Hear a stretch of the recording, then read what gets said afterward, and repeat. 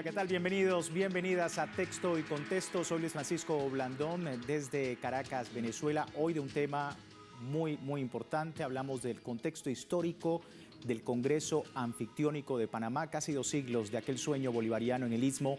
La pregunta no solo es qué pasó en 1826, sino cómo ese escenario sigue interpelando a los gobiernos, a los movimientos sociales de hoy en nuestro continente frente al avance de nuevas formas de hegemonía. 200 años del Congreso Anfictiónico, una utopía por realizar. Así comenzamos. Bienvenidos. El Congreso Anfictiónico de Panamá, celebrado entre junio y julio de 1826 y convocado por el libertador Simón Bolívar, constituyéndose como un proyecto de unión regional, permanece en el imaginario como una de las utopías más persistentes de nuestra América. ¿Cuáles son los desafíos de cara al futuro en el marco de las actuales disputas geopolíticas? Bien, ahí teníamos el perfil de nuestro programa. Pasamos a la conversación, al análisis de este tema. Me acompaña Aura Elena Rojas, historiadora, doctora en pensamiento bolivariano. Muchísimas gracias por tu tiempo, Aura, con nosotros. Bienvenida. Gracias. Y bueno, también tenemos a Aldemaro Barrios, magíster en historia. Muchísimas gracias nuevamente, Aldemaro, con nosotros. Qué bueno tenerte para poder hablar de este tema. ¿Utopía o necesidad histórica? Es precisamente a 200 años del Congreso Anfictiónico de Panamá. ¿Ha dejado la anfictionía de ser un ideal romántico para convertirse en una estrategia de supervivencia hoy en día frente al ascenso de los nacionalismos excluyentes en el norte global? ¿Qué decir de esto, Aura? ¿Cómo estás viendo el escenario? Muy buenas noches, muchísimas gracias por esta invitación. Creo que es bien pertinente que pensemos la anfictionía más allá de una utopía o más allá de un sueño romántico.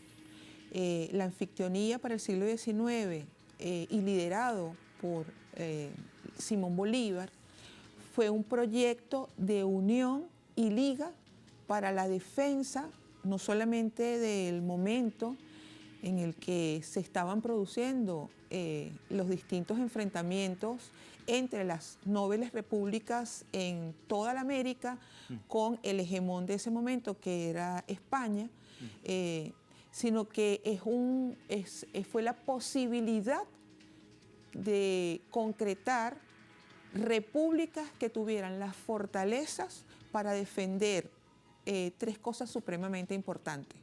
Lo primero, por supuesto, es la libertad.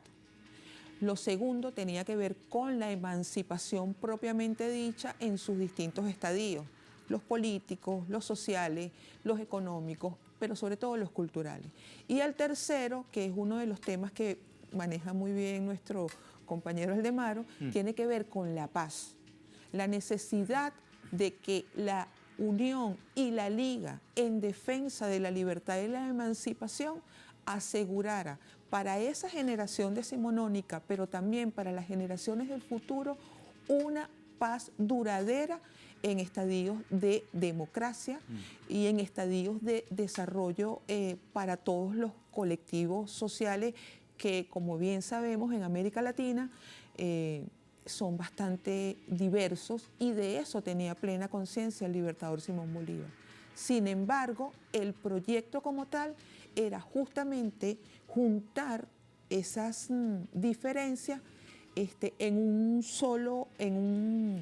un centro que tenía que ver con la concreción de una república libre, emancipada y como zona de paz. Ahora, hablabas de, en ese momento, España, pero obviamente también estaba Francia, estaba Holanda, luego también la corona británica, como se pudo observar en la historia.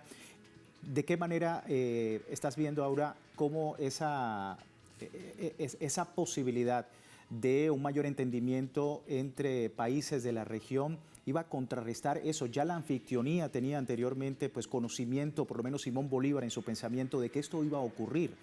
Y teniendo en cuenta todo eso y viendo el escenario como lo tenemos ahora, repetir, ¿no? O sea, es decir, hay una manera, hay una posibilidad de que eso deje de ser, digamos, un libro, que deje de ser una historia contada a nuestras generaciones, sino precisamente para poder proyectarse hacia el futuro. Ciertamente se han dado pasos importantes justamente para superar una visión impuesta por el que se convirtió en un hegemón desde por lo menos finales del siglo XIX, que fue los Estados Unidos, y que incidió, digamos, en los avances de países como la Gran Bretaña, de finales del siglo XIX y principios del XX, Holanda, Francia y demás pueblos o demás gobiernos europeos.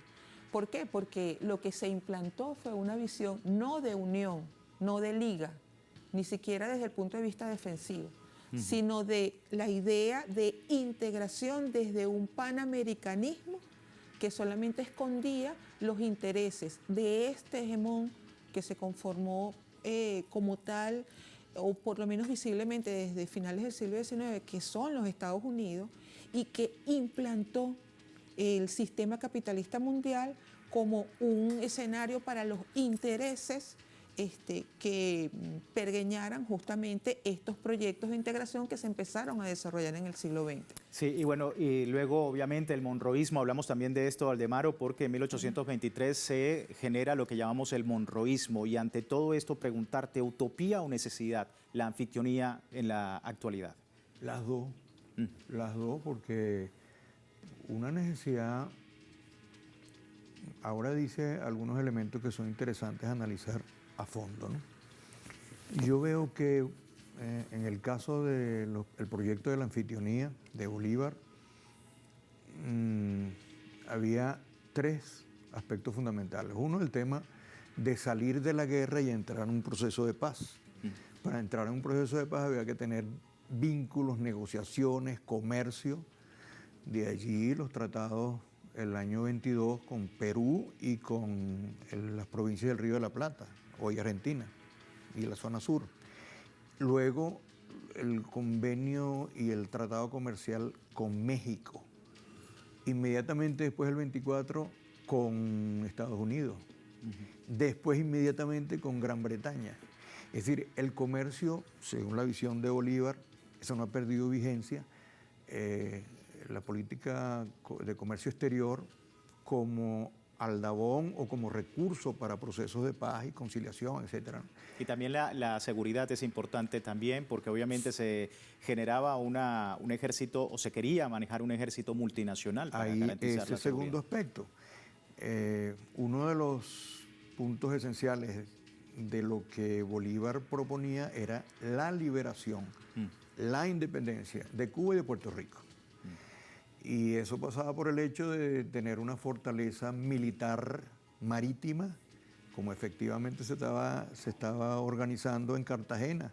El año 25 revela el representante de los Estados Unidos, Anderson, que en una carta a Henry Clay, que es el representante, digamos, el jefe del Departamento de Estado, le dice: aquí se está armando una, valga la redundancia, una armada no defensiva, ofensiva. Claro, porque también se creía incluso la Florida con MacGregor. Y era claro, sí. Pues es el año 17, sí. esa experiencia es bueno recordarla. Bolívar decía que si no se liberaba Cuba y no se liberaba Puerto Rico, no teníamos la seguridad. Claro. Pues efectivamente era un punto de honor en el sentido de que seguían constituyendo espacios territoriales para una posible recuperación de los territorios por parte de España. Y la tercera tiene que ver con eso que hablaba Aura, la integración. Ahora dime tú si hoy día,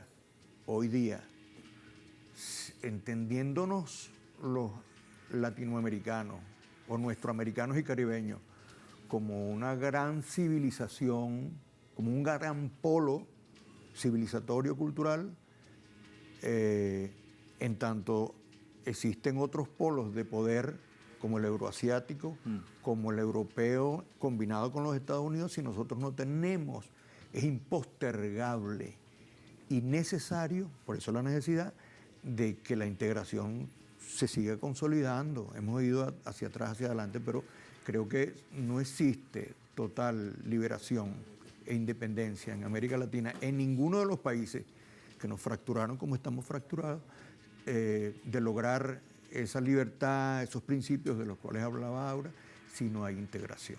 De manera que hay una necesidad. ¿Hay países hoy en día más anfictiónicos que otros, por decirlo de alguna manera? Bueno, hay que recordar el esfuerzo enorme de Chávez por reivindicar esas ideas de Bolívar. Eso no ha perdido vigencia. Sí. El mismo presidente Maduro, que era durante ¿cuánto tiempo? 6 años fue como canciller. Hizo todo un trabajo de integración, le tocó en su momento, bajo la orientación de Chávez y sobre el legado de Bolívar. Creo que Venezuela, por esa razón, pudiera seguir siendo una amenaza inusual e inesperada, o como ellos quieran llamarla, porque creo que la gestión que ha hecho la presidenta debe apuntar hacia eso. De hecho, fíjate que recientemente se firmaron algunos acuerdos con algunos países del arco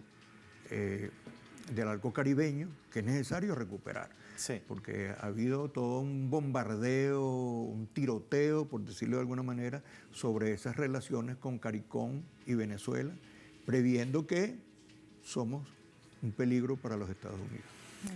Bien, vamos a ir a una breve pausa, si me permiten, hablando hoy del Congreso Anfictiónico de Panamá, 1826, por supuesto, 200 años y lo que esto significa para nuestro continente. Es una utopía, es una realidad que necesitamos históricamente. Vamos a hablar de esto luego de la pausa, ya regresamos.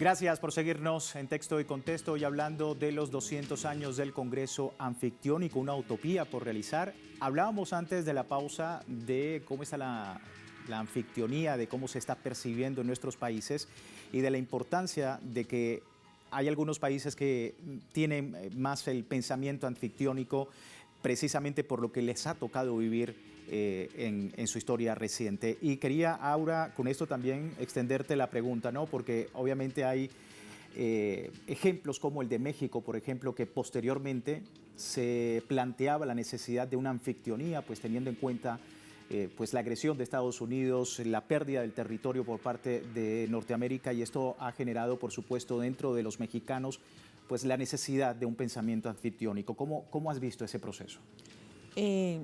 Creo que hay una tradición de las naciones, de las repúblicas, desde el siglo XIX hacia esta idea de la anfictionía que de alguna manera se erige en Panamá hacia 1826, pero que ya tenía unos ensayos muy importantes desde México hasta la Patagonia con estos proyectos de ligas de unión y de unión para la defensa a niveles regionales. Sí. Es decir, estamos hablando de provincias que después formaron las repúblicas o como lo conocemos en Venezuela, Estado, ¿no? Y que le dan forma a una nación. Creo que esa tradición no se perdió. Si nosotros hacemos una revisión somera de todas las propuestas que se presentaron durante el siglo XIX para alcanzar estadios de unión y liga, vamos a encontrar, por ejemplo, la propuesta de la República Centroamericana. Allí participó México, solo que México también tiene una tradición de tener a Estados Unidos demasiado cerca, ¿no? Creo que eso es un ejemplo clarísimo de cómo México, a pesar incluso de los atropellos del hegemón, el hegemón Estados Unidos, y lo mismo pudiésemos decir de la propia Cuba y lo mismo pudiésemos decir del propio Puerto Rico, que han seguido esa tradición de lucha justamente desde esta visión anfictiónica que supo plasmar el Libertador antes incluso de 1826. De hecho, yo había traído aquí unas notitas, porque cuando Bolívar envía a los delegados para desplegar las invitaciones, sobre todo en la América del Sur, los ámbitos para tratar esta idea de anfictionía, es decir, que trasciende lo utópico con el que alguna historiografía interesada en poner el acento en la visión romántica de Bolívar, se olvidan que Bolívar, sus ámbitos, para invitarlos, digo, tenían que ver con los temas sobre la guerra y la paz, las soberanías territoriales, el orden interno de las repúblicas y, como último punto, los temas que tienen que ver con la economía y el comercio, que fue lo que retomó la idea fuerza de integración desarrollada otra vez por el hegemón Estados Unidos desde finales del siglo XIX, todo lo que fue el siglo XX y bueno. Sí, y la importancia de la anfictionía, precisamente porque la corona británica, Francia, incluso no perdonaban, por ejemplo, países como Haití, que se emanciparon de la manera como lo hicieron. ¿Cómo estás viendo también la anfictionía en el Caribe y también el tema, como decíamos, de México, que también impuso más adelante? Bueno, fíjate que la guerra de independencia, en Sudamérica, conmocionó todo el sistema, digamos, comercial, financiero, militar en el mundo. El proceso de entrega o repartición de territorios, por ejemplo, lo de la Guayana Esequiba, sí, eso se inició en ese proceso. Claro. Los tratados que hizo o las intenciones que tenía Quincy Adams, presidente de los Estados Unidos, que había sido, por cierto, embajador en Rusia, en representación de Estados Unidos, fueron, bueno, hay suficientes documentos que describen el hecho de convencer al gobierno de Rusia para no intentar apoyar a través de la Santa Alianza a España para recuperar eso es evidente. Pero empezaron las negociaciones por la repartición del mundo. Es decir, ellos empezaron a conversar con los Estados Unidos para controlar el comercio, lo que llaman la peletería, el comercio de las pieles y cueros que se generaban en Alaska. Y desde ahí viene un interés de los Estados Unidos por negociar con Rusia el territorio de Alaska. Y como ustedes saben, ya eso Moncada ya lo señaló, el profesor Moncada, que vienen dando giros desde antes del Congreso de Panamá, el Congreso Anfictiónico de Panamá, en el que negociaron con España para que España se quedara tranquila, no apoyarlo. ¿Pero a cambio de qué? A cambio de los negocios que tenían en Alaska o de que Rusia negociara el norte de Pakistán e Inglaterra la Guayana Esequiba. De ahí vienen todo eso. Ahora, precisando lo que tú estás diciendo, era un momento en el que Bolívar, sobre todo Bolívar, tenía una visión continental. Tenía claro que éramos un bloque, todavía lo somos, pero ya nos fracturaron. Y de alguna manera la diplomacia norteamericana entonces hizo el trabajo. Poinsett, el encargado el representante de Estados Unidos en México, trabajó pero denodadamente para boicotear el Congreso Anfictiónico de Panamá, tanto en Panamá como después en México. El representante en Perú, William Tudor, descalificaba de manera y despotricaba, pero alarmantemente contra Bolívar. Y Anderson, que era el representante en Bogotá, era un frecuente, digamos, espía de las cosas que se decían aquí. Entonces, eso no ha cambiado, eso sigue, la diplomacia de la intriga continúa, eso no ha cambiado. Y tú te das cuenta, tú ves ahora, por las buenas relaciones que tenemos con Colombia, la presencia indudable de la diplomacia norteamericana boicoteando las relaciones de Venezuela. Ahora, eso en la medida en que nosotros conocemos lo que señalaba Aura, lo que estoy señalando, nos permite tener, o por lo menos pensar en rutas con inteligencia estratégica, entender que esa historia reciente de los Estados Unidos va a tener un fin pronto, Sí. ¿no? Y que va a haber cambios. Bueno, Dice uno, ¿no? Para no perder la esperanza. Sí. Lo importante, ya para finalizar, resaltar, Aura, que sigue vigente esa pugna, ¿no?, entre el bolivarianismo y el monroísmo después de todo lo que ha ocurrido en el continente. Y tú eres experta, ¿no? Eres doctora en pensamiento bolivariano. ¿Qué se necesita en la cultura latinoamericana, en nuestra educación, para forjar un pensamiento anfictiónico, para un sentimiento anfictiónico en nuestros pueblos, pese a toda la división de la que hemos hablado? Claro. Yo creo que una de las cosas a las que nos convocó Bolívar y que nos sigue convocando en su visión de futuro que él tuvo en el siglo XIX y para las siguientes generaciones, incluso las nuestras, tiene que ver justamente con el tema de la identidad, ¿no? Porque si bien es cierto que este continente americano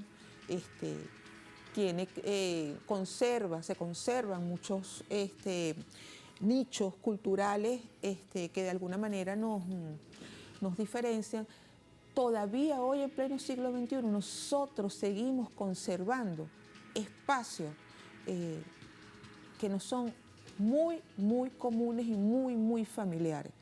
Uno de esos es la permanencia de los pueblos y comunidades indígenas.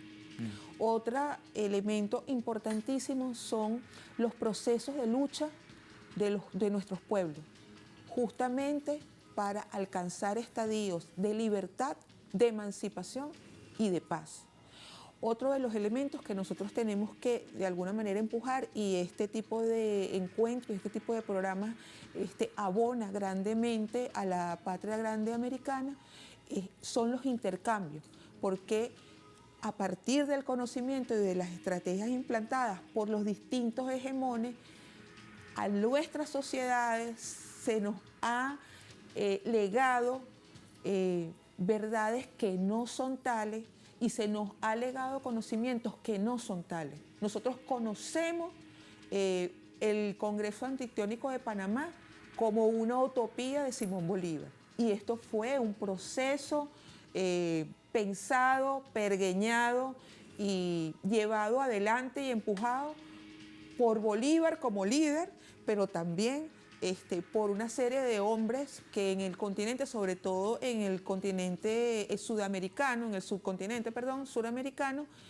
apostaron justamente para que estos pueblos, a pesar de las diferencias territoriales, geográficas, etcétera, nos encontráramos y nos reconociéramos desde una identidad americana. Y eso un poco lo pudimos experimentar durante estos 26 años con la CELAC, con Telesur, con Petrocaribe, UNASUR, con el ALBA, con UNASUR, y creo que nosotros ya tenemos también que empujar que ese conocimiento para las nuevas generaciones sea ese. La unión no es una utopía.